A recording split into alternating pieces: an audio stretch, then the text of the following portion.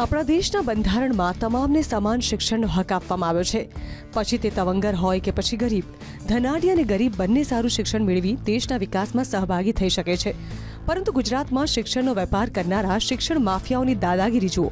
આ બંને દ્રશ્યો ભરૂચમાં આવેલી એમિક્સ ઇન્ટરનેશનલ સ્કૂલના દ્રશ્યો છે. આ સ્કૂલે નફટાઈ અને લુચ્ચાઈની કેટલી હદ વટાવી છે તે સ્પષ્ટ રીતે જોઈ શકાય છે. જે ગરીબ બાળકોએ આરટી અંતર્ગત એડમિશન લીધું છે તેમને અલગ બેસાડાયા છે. એટલું જ નહીં, તેમના રૂમમાં એસી પણ નથી. જ્યારે જે ધનાઢ્ય ઘરના બાળકોએ ઊંચી ફી ભરીને એડમિશન લીધું છે તેમને એસીવાળા રૂમમાં અલગ બેસાડ્યા છે. આરટીના કાયદામાં કડક જોગવાઈ છે કે આરટીના બાળકો સાથે ભેદભાવ કરી શકાતો નથી, પરંતુ સ્કૂલના માફિયાઓ કાયદાને પોતાનાથી પરે માને છે.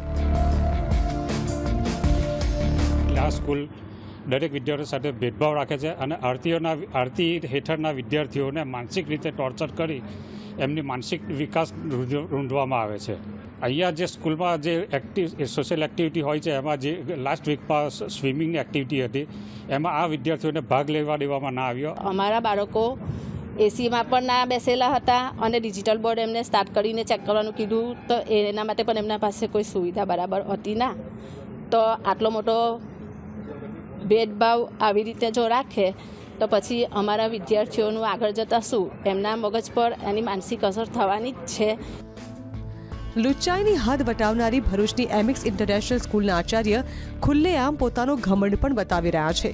સરકાર અને સરકારના શિક્ષણ વિભાગને ચેલેન્જ આપતા હોય તેમ કહી રહ્યા છે કે હા, અમે આરટીના બાળકોને અલગ બેસાડીએ છીએ. તેઓ દિલ્હી હાઈકોર્ટના એક ચુકાદાનું ખોટું અર્થઘટન કરીને કહે છે કે જે બાળકોને વધુ સુવિધા જોઈતી હોય તો તેમને ફી ભરવી પડે. સાંભળો, આરટીનો કાયદો પોતાના બાપનો હોય તેમ નિવેદન આપતા શાળાના આચાર્ય રૂપલ શાહનું આ નિવેદન. મારી પાસે 6/5/2024નો દિલ્હી હાઈકોર્ટનો ઓર્ડર છે, જેમાં લખવામાં આવેલું છે કે સ્કૂલમાં એસીનો ખર્ચો પેરેન્ટ ઉઠાવે. આ હાઈકોર્ટના જજમેન્ટને ધ્યાનમાં રાખીને અમે આરટીના બાળકોને એક ક્લાસમાં બેસાડવાનું નક્કી કર્યું છે. જેવી કે મારી પાસે સરકારશ્રીનો 17/7/2018નો પરિપત્ર છે, જેમાં 10 એક્ટિવિટી એવી જણાવેલી છે જે ઓપ્શનલ છે અને આ એક્ટિવિટીઝ આરટીના સ્ટુડન્ટ્સને આપવાની સ્કૂલ તરફથી કોઈ ફરજ પાડી શકે એમ નથી. આ સરકારશ્રીનો પરિપત્ર છે, મારો નથી. જો એફોર્ડેબલ હોય મિત્ર, તો એ આરટીમાં કેવી રીતે ક્વોલિફાય થશે એ મને સમજાવશો? મારો પ્રશ્ન તમને એવો છે કે જો કોઈ પેરેન્ટ્સ આવીને એવું કહે કે આ ફીસ એફોર્ડ કરી શકે એમ છે, તો એ આરટીમાં કેવી રીતે ક્વોલિફાય થશે એ મને સમજાવો. તો સર, પછી આરટીમાં એડમિશન લેવાની જરૂર શું છે વાલીઓએ? એ એમણે નક્કી કરવાનું છે. મેં તો નથી કીધું કંઈ. આરટીમાં એડમિશન્સ કેમ લેવું તે વાલી નક્કી કરે. એમને તો એડમિશન લીધા પછી ખબર પડે છે કે આ વસ્તુ. Ignorance of law is no excuse gentlemen. AC classrooms જો પેરેન્ટ્સને જોઈતો હોય તો એની અલગ ફી આપે. હવે હું એ લોકોને જો બાકીના ક્લાસરૂમમાં બેસાડું તો એમની ફીસ એ લોકો આપવા તૈયાર છે એસી માટેની. હદ તો ત્યારે થઈ કે જ્યારે આ મામલે ઝી 24 કલાકે જિલ્લાના શિક્ષણ અધિકારીને સવાલો કર્યા. તેમને આ ઘટનાની જાણકારી આપી તો તેઓ ઘટનાથી અજાણ બન્યા. અમારી સાથેની ટેલિફોનિક વાતચીતમાં ગોળ ગોળ જવાબ આપતા જોવા મળ્યા. આ મામલે તપાસ કરવી પડે તેવું અશોભનીય નિવેદન તેમણે આપ્યું. સાંભળો ભરૂચના આ શિક્ષણ અધિકારીને. સ્વાતિજી, એમિક્સ ઇન્ટરનેશનલ સ્કૂલમાં આરટીના બાળકો સાથે ભેદભાવ રાખવામાં આવી રહ્યો છે એવો આક્ષેપ વાલીઓ કરી રહ્યા છે.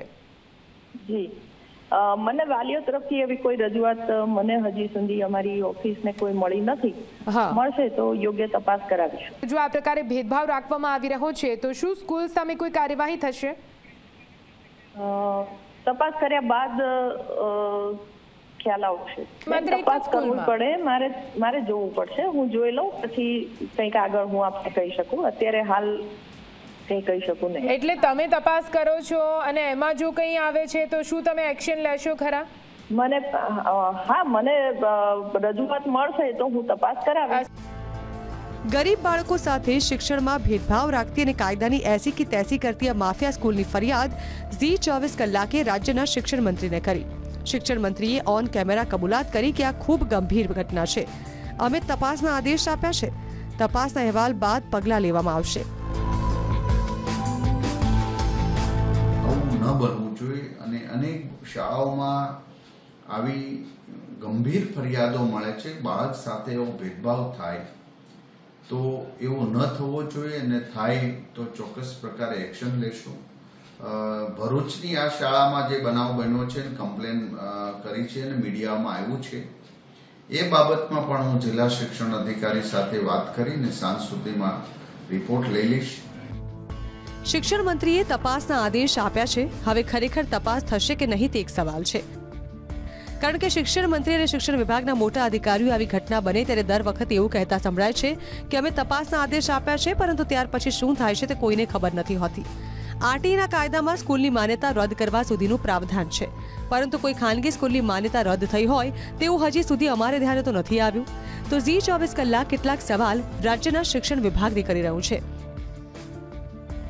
આરટીઈના બાળકો સાથે આવો અન્યાય કેમ કરવામાં આવ્યો?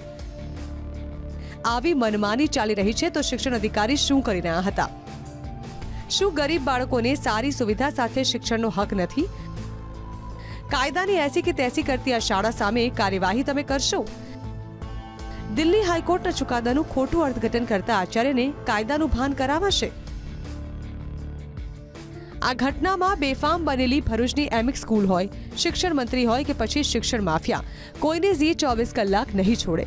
ગરીબ બાળકો સાથે થયેલા અન્યાયની સજા સ્કૂલને અપાવીને જ રહેશે. શિક્ષણ મંત્રી, તમે તપાસના આદેશ તો આપ્યા છે, પરંતુ જો તપાસ ન થઈ અને કંઈ કાચું કપાયું તો તમારી પણ ધૂળ કાઢતા અમે અચકાશું નહીં. તમે દેશના ભવિષ્ય સાથે સંકળાયેલા મંત્રાલયના મંત્રી છો, તેથી તમે પણ ઘટનામાં સંપૂર્ણ જવાબદાર છો. તેથી અમે આશા રાખીએ કે તમે ગરીબ બાળકોને તેમનો હક અપાવી યોગ્ય ન્યાય કરશો. આ ઘટનામાં જ્યાં સુધી ન્યાય નહીં મળે ત્યાં સુધી અમારી સંપૂર્ણ નજર રહેશે. Bureau report, Zee media.